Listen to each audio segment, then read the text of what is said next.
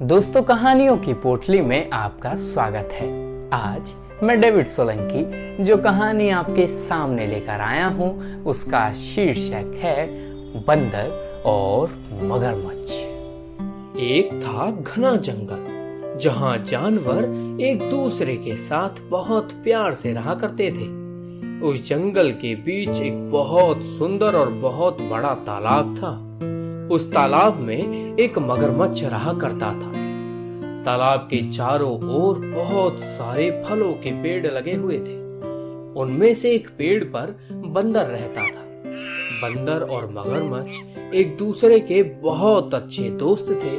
बंदर पेड़ से मीठे और स्वादिष्ट फल खाता और साथ ही अपने दोस्त मगर को भी देता था।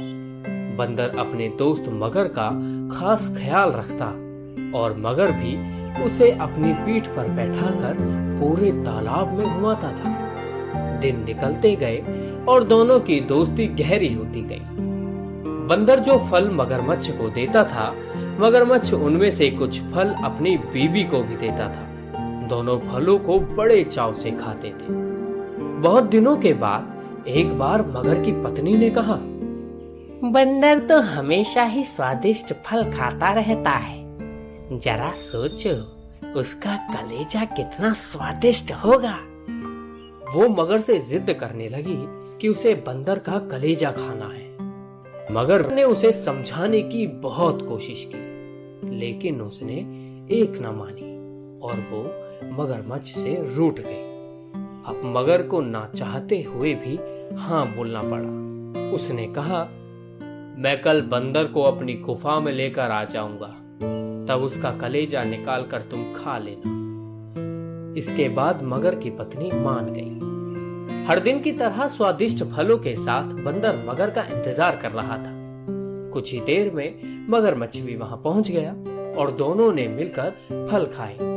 मगरमच्छ बोला, दोस्त, आज तुम्हारी भाभी तुमसे मिलना चाहती है। चलो, तालाब की दूसरी ओर मेरा घर है, आज वहां चलते हैं। बंदर झट से मान गया और उछलकर मगरमच्छ की पीठ पर जाकर बैठ गया।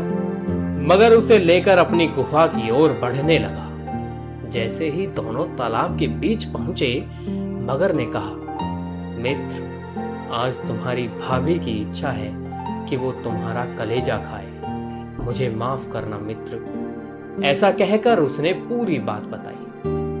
बात सुनकर बंदर कुछ सोचने लगा और बोला, मित्र, तुमने मुझे ये पहले क्यों नहीं बताया?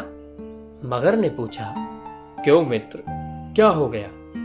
बंदर बोला, मैं अपना कलेजा तो पेड़ पर ही छोड़कर आ गया हूँ। तुम मुझे वापस ले चलो तो मैं अपना कलेजा साथ में लेकर आ जाऊंगा।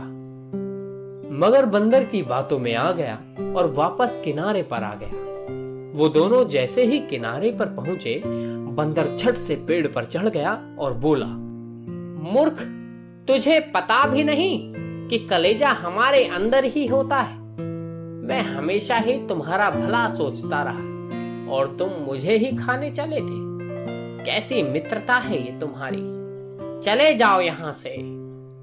मगर अपनी करने पर बहुत शर्मिंदा हुआ और उसने बंदर से माफी मांगी, लेकिन अब बंदर उसकी बातों में नहीं आने वाला था। दोस्तों, इस कहानी से हमें ये शिक्षा मिलती है कि हमें मुसीबत के समय सूझबूझ और बुद्धि से काम लेना चाहिए, जैसे कि कहानी के अंदर बंदर ने लिया।